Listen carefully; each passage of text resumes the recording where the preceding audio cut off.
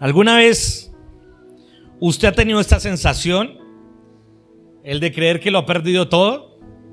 ¿En algún momento ha pensado que todo se acabó? O sea, que usted siente que el mundo se le derrumbó a su alrededor. Tal vez fue de pronto un negocio que tal vez no salieron bien las cosas y usted siente que el mundo se le acabó y usted dice: aquí ya no hay nada más que hacer. Esto fue un caos total. O si de pronto ocurrió un divorcio, una separación, el novio o la novia lo dejó, ¿cierto? O el esposo, su pareja tal vez se fue y usted siente que como que su mundo a su alrededor se desbarató, se acabó, quedó todo en ruinas. Y es una sensación muy dolorosa, ¿no? O también cuando muere un familiar, sentimos que esa persona cercana era tal vez un bastión, un sustento en nuestra casa y sentimos que todo se nos está derrumbando, nuestra vida a pedazos, ¿cierto? Y creo que todos hemos pasado por situaciones así. Y si no las ha pasado, es probable que tal vez las pase en algún momento, pero todos hemos tenido momentos en el que nuestra vida a nuestro alrededor se nos derrumba, se nos cae a pedazos. Y la verdad que a veces esas situaciones, hay una frase que aprendí y es que a veces las mejores oportunidades están disfrazadas de crisis. Nos terminamos nosotros dando cuenta que a veces ciertas crisis que tenemos en nuestra vida terminan siendo las mejores oportunidades de las que Dios se vale para exaltar su nombre. Una vez le preguntaron a Jesús: ¿y este paralítico qué? ¿Quién pecó, él o pecó su familia? Sus padres pecaron. Y el Señor le dijo: ninguno, solamente eso ha sido para que se manifieste la gloria del Señor. Y esa enfermedad, ese problema que tenía él fue la mejor oportunidad para que el nombre del Señor pudiera ser proclamado. Y Dios utilizó una crisis, un problema grave de una persona para terminar convirtiéndonos en la mejor oportunidad. Usted y yo a veces hemos tenido situaciones en las que llegamos al caminar del Señor por un problema gravísimo, ¿sí o no?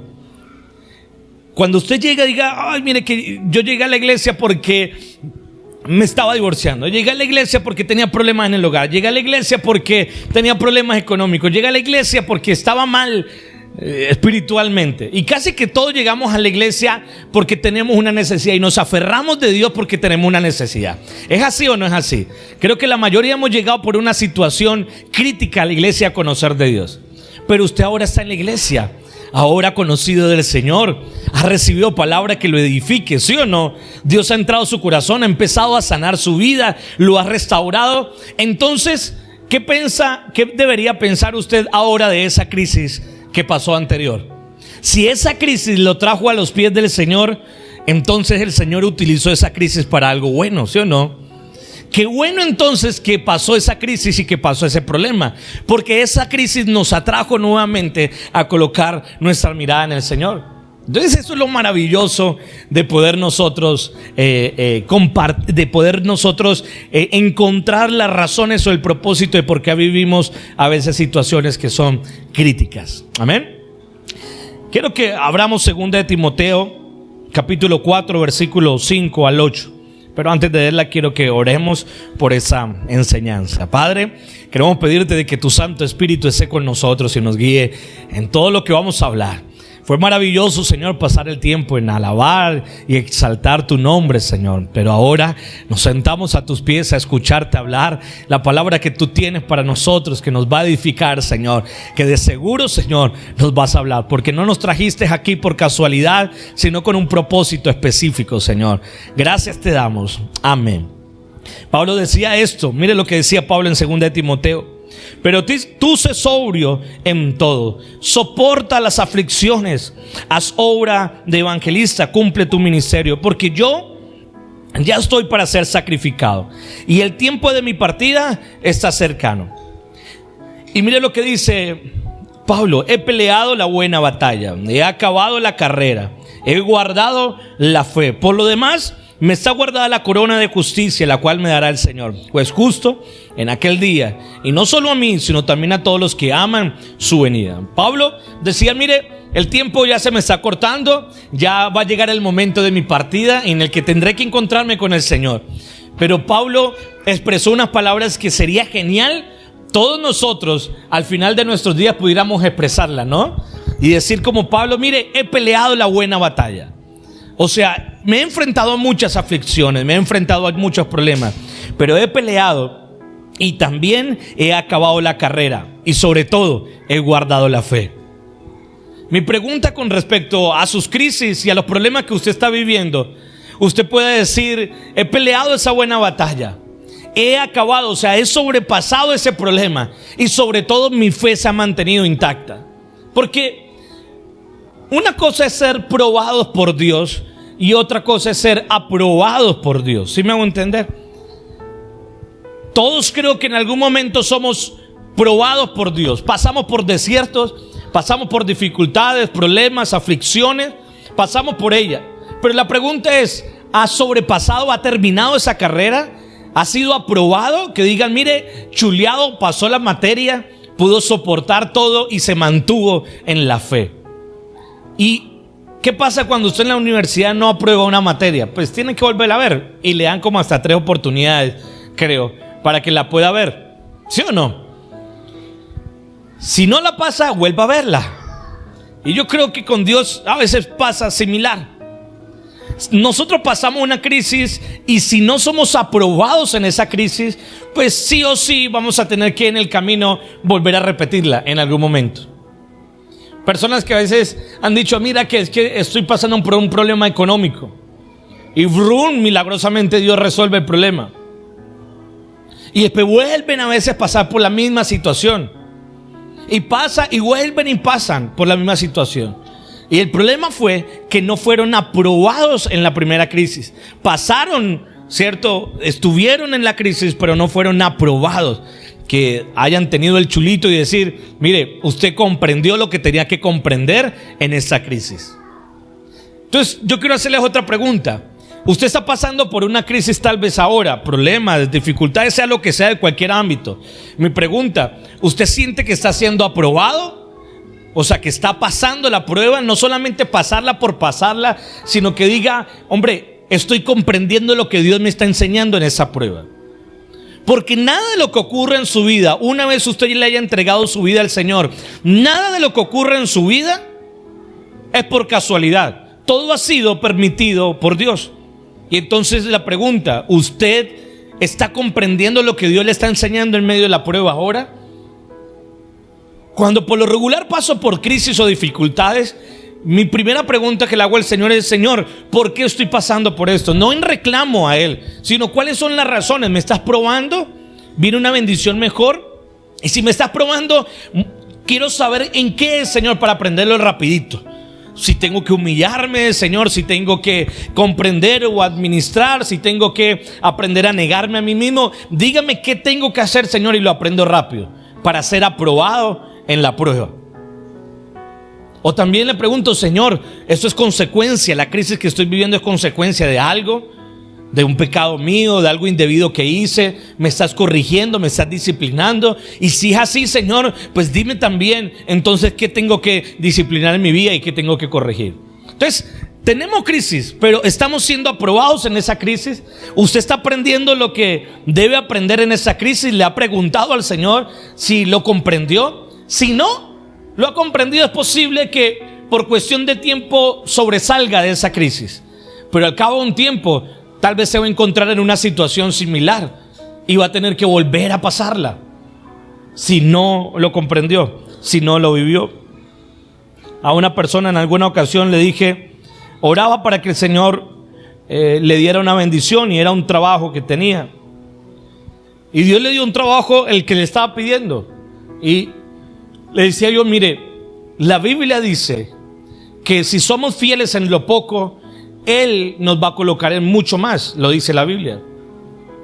¿De qué manera podemos nosotros tener algo mayor siendo fieles en lo poco que tenemos o en lo que tenemos ya? Y le decía: si entra a trabajar, no coloque su trabajo como excusa para después ya no venir a la iglesia. Si entra a trabajar porque venían las oraciones en la mañana, no vaya a colocar su cansancio para ya no venir a orar en las mañanas. Si entra a trabajar, Ya no coloque excusa que tiene demasiadas responsabilidades y por ende ya no puede traer diezmos y ofrendas a la iglesia. Sea fiel en lo poco. Y entró a trabajar, sí, así, sí. Y duró un buen tiempo allí en el trabajo. Dios lo bendijo, pero no vino a la iglesia, dejó la oración, se alejó completamente y después perdió el trabajo. Fue bendecido y después perdió el trabajo. Y después volvía otra vez diciendo: hey, ayúdeme a orar para que pueda tener un buen trabajo y poder sustentar. Yo le decía: no, lo que tiene que es aprender en esta prueba. Y tiene que saber qué es lo que Dios le está enseñando en esta prueba. Porque aquí la cuestión no es tratar de tener a Dios como alguien que viene y me resuelve el problema y ya. No, es un padre responsable que nos viene a enseñar a nosotros qué es lo que tenemos que aprender en la crisis. ¿Sí o no? ¿Usted como papá no hace eso con su hijo?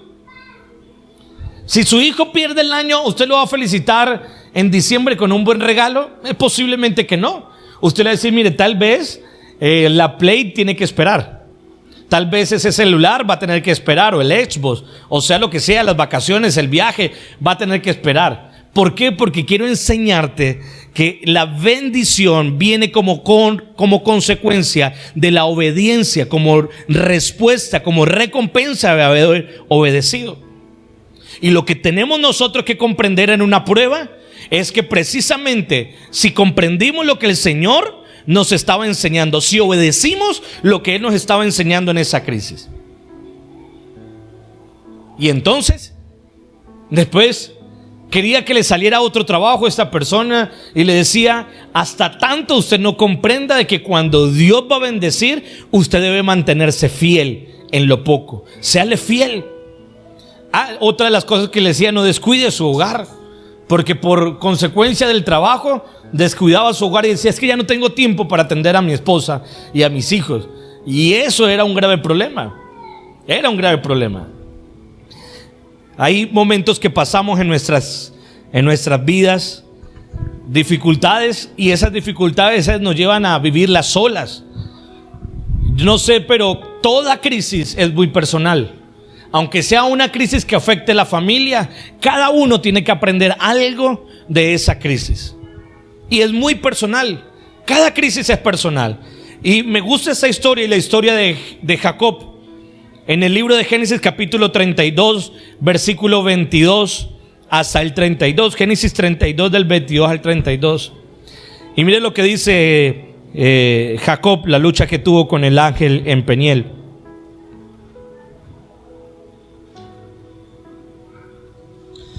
Y se levantó aquella noche y tomó sus 2 mujeres y sus 2 siervas y sus 11 hijos, y pasó el vado de Jacob. Los tomó pues e hizo pasar el arroyo a ellos y todo lo que tenía. Así que se quedó Jacob, ¿de qué manera? Solo. Y luchó con él un varón hasta que rayaba el alba, o hasta que amanecía.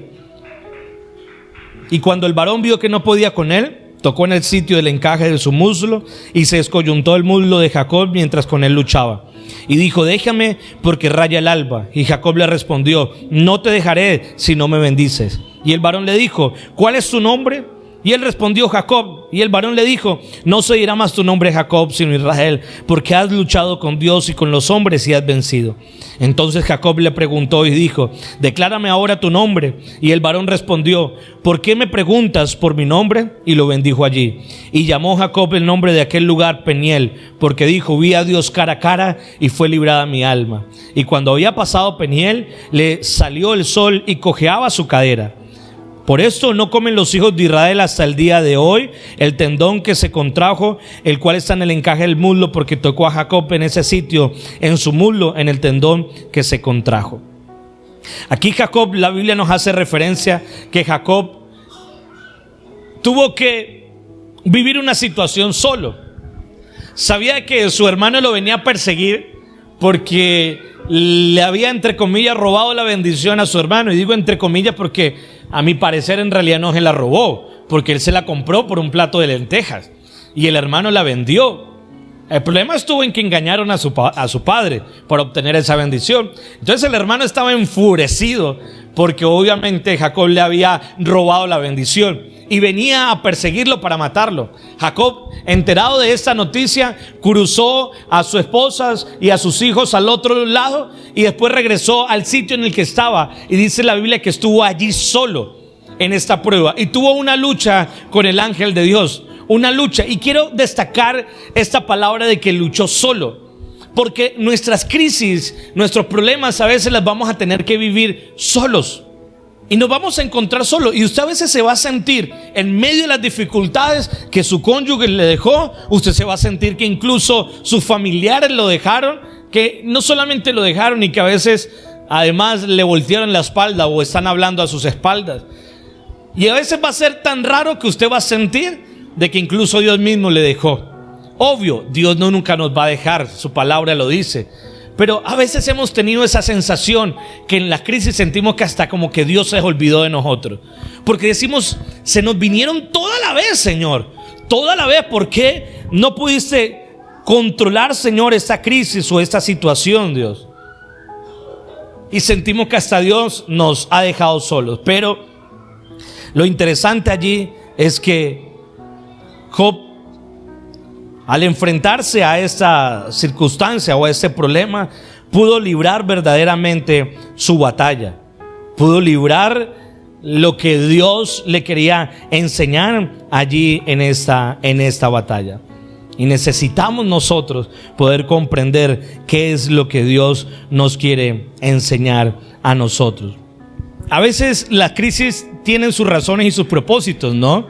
Y yo creo que hay dos razones fundamentales o básicos en el que Dios nos enseña en medio de esas crisis. Y uno de las primeras cuando vienen esos problemas es que Dios nos empieza a fortalecer.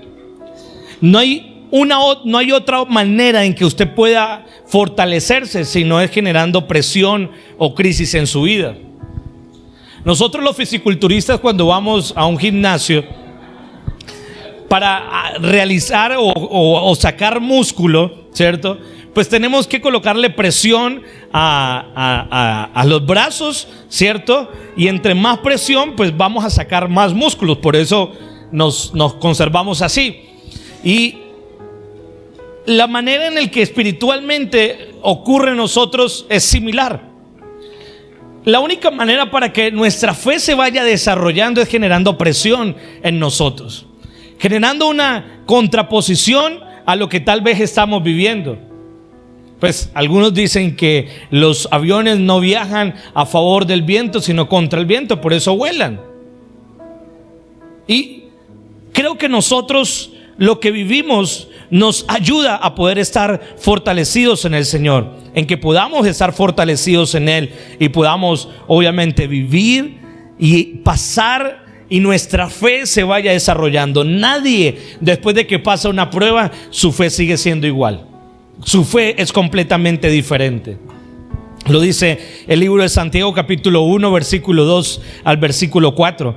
Hermanos míos, considérense muy dichosos cuando tengan que enfrentarse con diversas pruebas, pues ya saben que la prueba de su fe produce constancia, y la constancia debe llevar a feliz término la obra, para que sean perfectos e íntegros sin que les falte nada.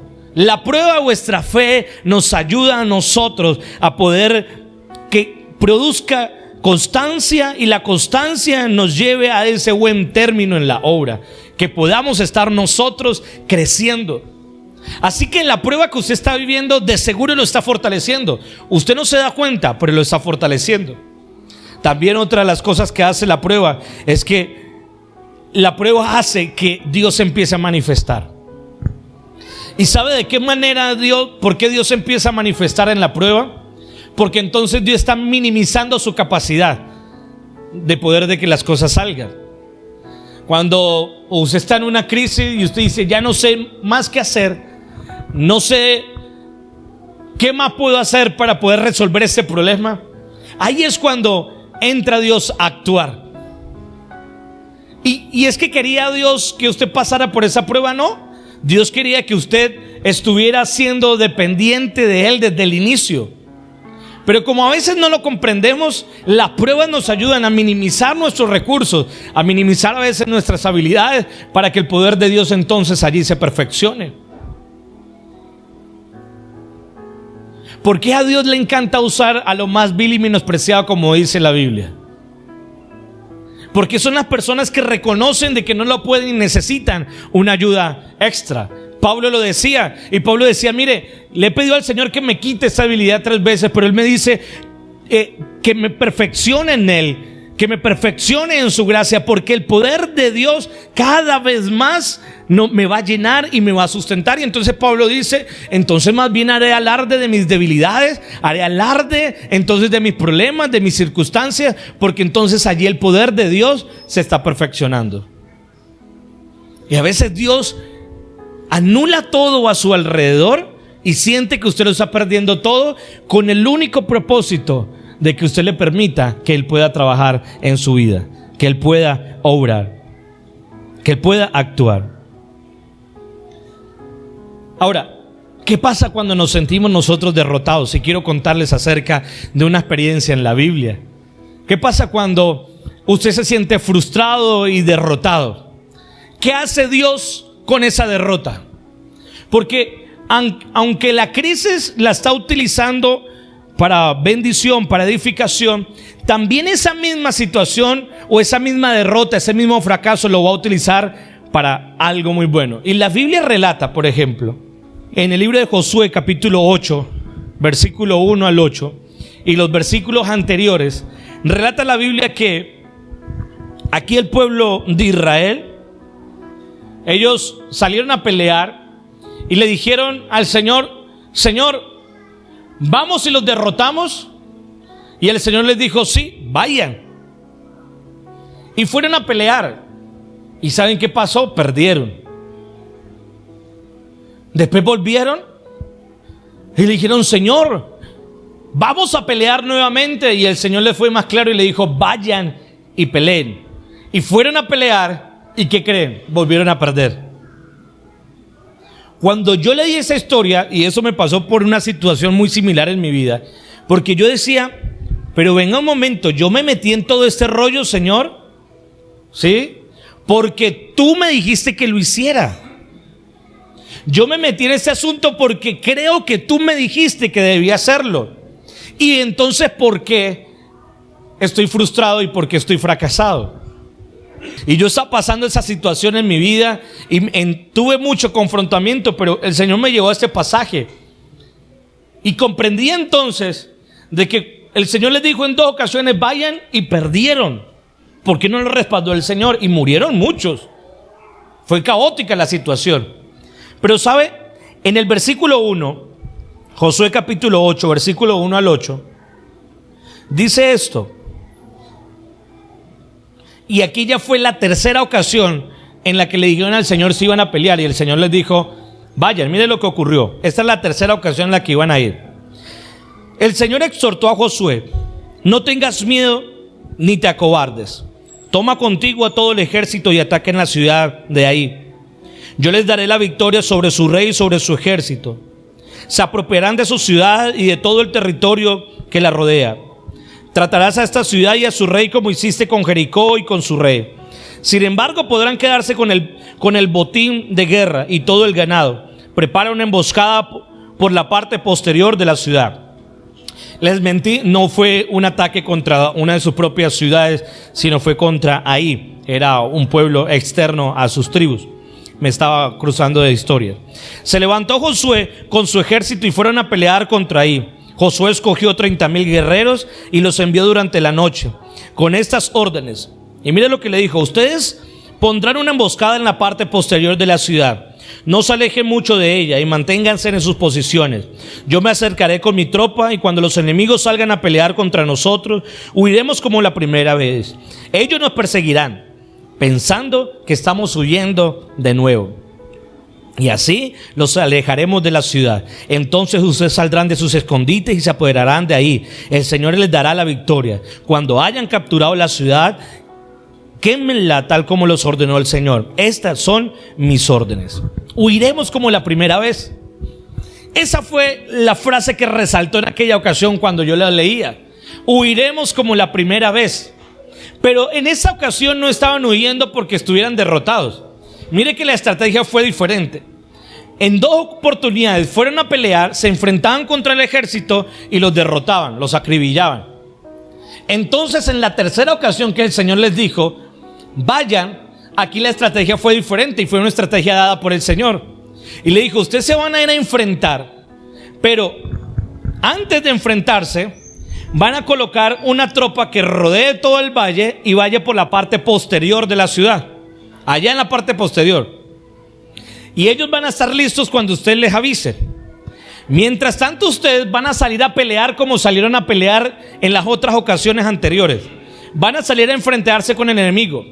El enemigo va a salir a atacarlos a ustedes y ustedes van a huir como la primera vez. O sea, van a hacerles creer de que están siendo derrotados. Y claro, el enemigo salió y ellos se fueron detrás y todo el ejército salió a perseguirlos.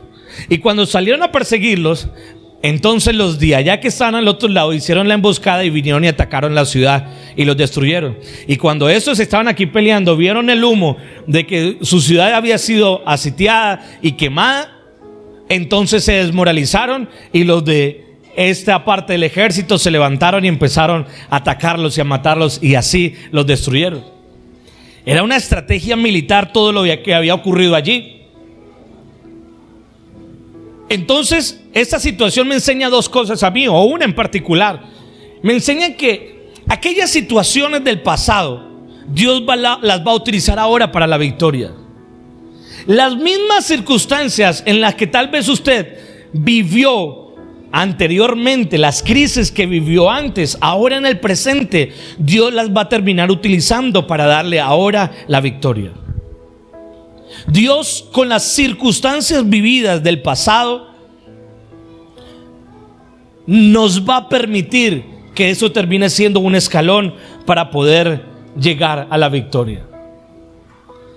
Tal vez usted esté pensando de que la huida que tal vez esté viviendo ahora, ese paso hacia atrás que está teniendo, o ese reversazo que está teniendo en su vida, que tal vez usted diga, mira que entre más empiezo a buscar al Señor, más ataques estoy recibiendo, más el Señor está permitiendo que pueda recibir ataques. Pues claro, eso va a pasar, que los ataques van a ocurrir y usted se va a dar cuenta que las circunstancias vividas del pasado, Dios las va a terminar utilizando como una estrategia para que le pueda dar la victoria a usted. Así que si sea muy posible que usted siente que está retrocediendo y que está yendo para atrás, que tal vez las cosas ahorita no le esté yendo muy bien, es muy probable que esa circunstancia esté disfrazada de la mejor oportunidad para su vida. Que tal vez lo que usted está viviendo ahora sea la mejor oportunidad de su vida, porque no siempre las mejores oportunidades tienen esa claridad brillante y usted dice magnífico. No, a veces está envuelta en una crisis y las crisis terminan siendo la mejor oportunidad para nosotros. Entonces, tal vez la crisis que usted esté viviendo sea la mejor oportunidad que Dios vaya a utilizar para bendecirlo a usted, para que pueda crecer. Nosotros por lo regular pensamos que cuando tenemos estas derrotas todo se viene abajo, y yo quiero decirle que no. Cuando usted tiene tal vez unas derrotas es porque Dios está haciendo algo mejor, se lo aseguro. No hay manera que se pueda construir si no es destruyendo lo que ya estaba construido. No hay mejor manera en que podamos construir un mejor edificio si no desbaratamos lo primero que estaba. Si queremos algo mejor, tenemos que derribar todo lo que está allí. Ahora, volvemos a la historia de Jacob. Y les voy terminando con esto en la historia de Jacob. La historia de Jacob nos dice esto: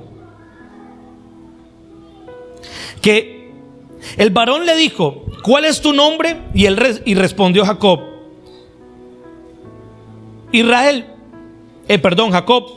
Y el varón le dijo, no se irá más tu nombre Jacob, sino que será Israel, porque has luchado con Dios y con los hombres y has vencido. La Biblia dice que el ángel le preguntó a Jacob en esa crisis que estaba teniendo, le preguntó y le dijo, ¿cuál es tu nombre? Le dijo Jacob. Y Jacob le fue quitado y ahora su nombre era Israel. Israel era padre de las multitudes, o era nada más ni nada menos que el nombre de la nación que iba a terminar siendo escogida de parte de Dios para convertirla en su pueblo. ¿Se imagina la dignidad de ese nombre que le colocó a Jacob?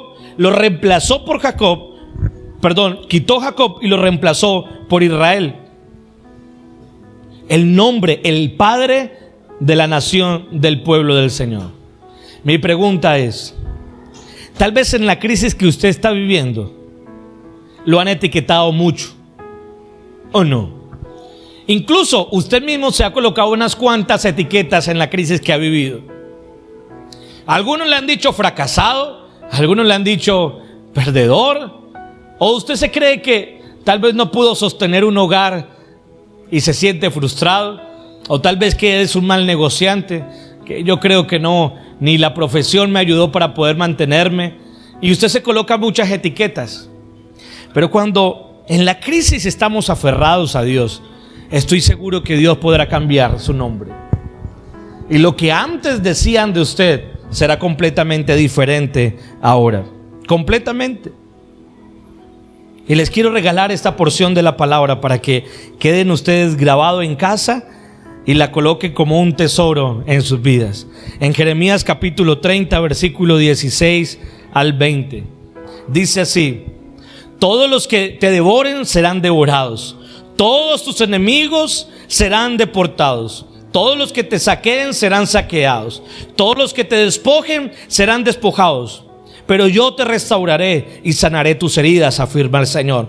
Porque te han llamado la desechada, la pobre Sión, la que nadie le importa. Así dice el Señor: restauraré las fortunas de las carpas de Jacob y tendré compasión de sus moradas. La ciudad resurgirá sobre sus ruinas y el palacio se asentará en el lugar debido. Surgirán de ellos cánticos de gratitud y gritos de alegría. Multiplicaré su descendencia y no disminuirá. Los honraré y no serán menospreciados. Sus hijos volverán a ser como antes. Ante mí será restablecida su comunidad, pero yo castigaré a todos sus opresores. A todos. Y es lo hermoso que Dios promete, que todas esas etiquetas que le hayan colocado a usted, Dios se las va a cambiar y su nombre puede ser cambiado. A mí en algún momento de mi vida, yo mismo creí, y me creí una de esas mentiras de que yo no podía. Yo nunca creí capaz de que pudiera hacer algo significativo en mi vida. Yo era de los que decía que mis hermanos estudien y trabajen, porque yo estoy en la responsabilidad después de mantenerme a mí, decía yo. Porque decía, ni yo bueno para el estudio soy, no creo que vaya a surgir algo bueno de mi vida. Pero gracias a Dios, que la única manera en la que terminé convirtiendo a Dios como lo más importante en mi vida, Él terminó cambiando mi nombre. Y ya no era pues el perdedor que creía, sino que ahorita pues es completamente diferente. Y les termino con esto.